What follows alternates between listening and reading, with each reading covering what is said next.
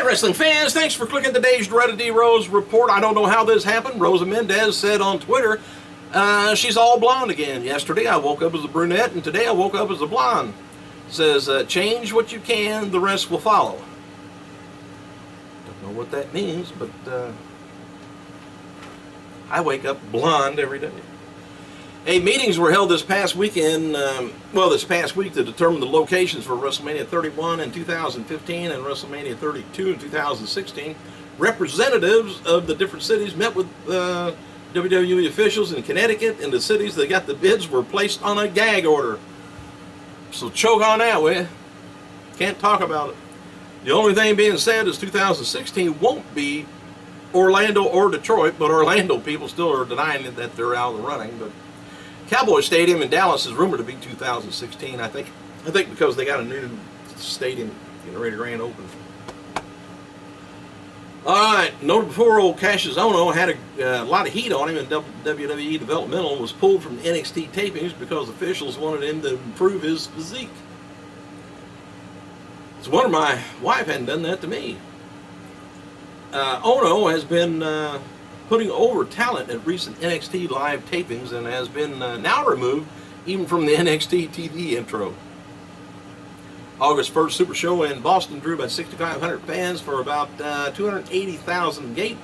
September 1st Super Show in Washington, D.C. did 5,500 fans for $240,000 gate.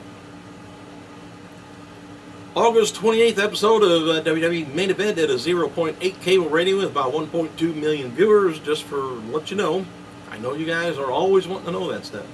And for what it's worth, local advertisement in Boston for WWE Survivor Series on November 24th, I say November, focuses on CM Punk versus Paul Heyman feud and Daniel Bryan taking on Randy Orton feud. Sam Roberts uploaded his recent interview with Vickie Guerrero, and in it she notes that her oldest daughter will be heading to the WWE Performance Center Orlando soon. This could mean, though, Shaw Guerrero, who left WWE in September of 2012, is returning to the company. And on September 3rd, Shaw tweeted she will be moving to Orlando in 7 days. And she looked good to me. I don't know whether she can wrestle, but John Cena tweeted on Wednesday and noted that he is even stronger. Can you imagine that? Every day I sit here, my body's recovering, my mind is racing. Do not get praised by criticism or praised. This is but hate. But the hate complacent. I'm even stronger. I don't know what he's talking about. I think he's got the painkillers are working really good on him. Mark Henry also tweeted he's getting better every day. He's still no word on what the MRI results were from a few days ago. He says, family, I mean all of you, I'm getting better every day, and the Shield will pay dearly. That is what I do for you. Somebody should. Tonight's episode of TNA Impact is going to be featuring Sting taking on Bully Ray in the main event in the Last Chance Gauntlet match with about all 12 Bound for Glory series competitors, and Chris Sabin's return, and special performance by Mickie James and more.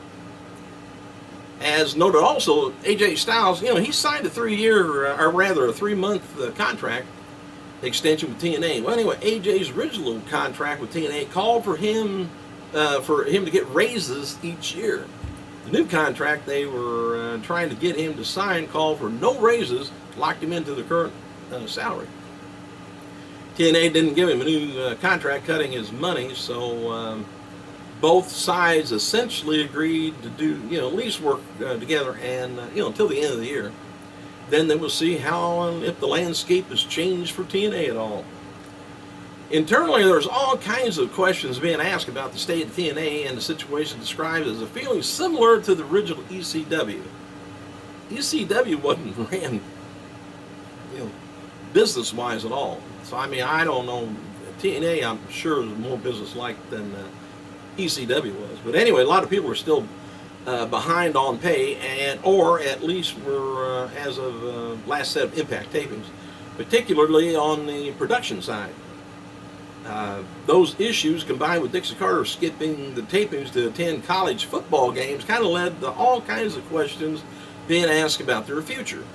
So what's telling me is maybe it's not being ran as a business if she's all farting around with watching football games. But WWE will not buy TNA. There's no reason for it. There's nothing for them to benefit. The other reason is WWE, whether their rating goes up or down, actually, of course, depends on them, not TNA.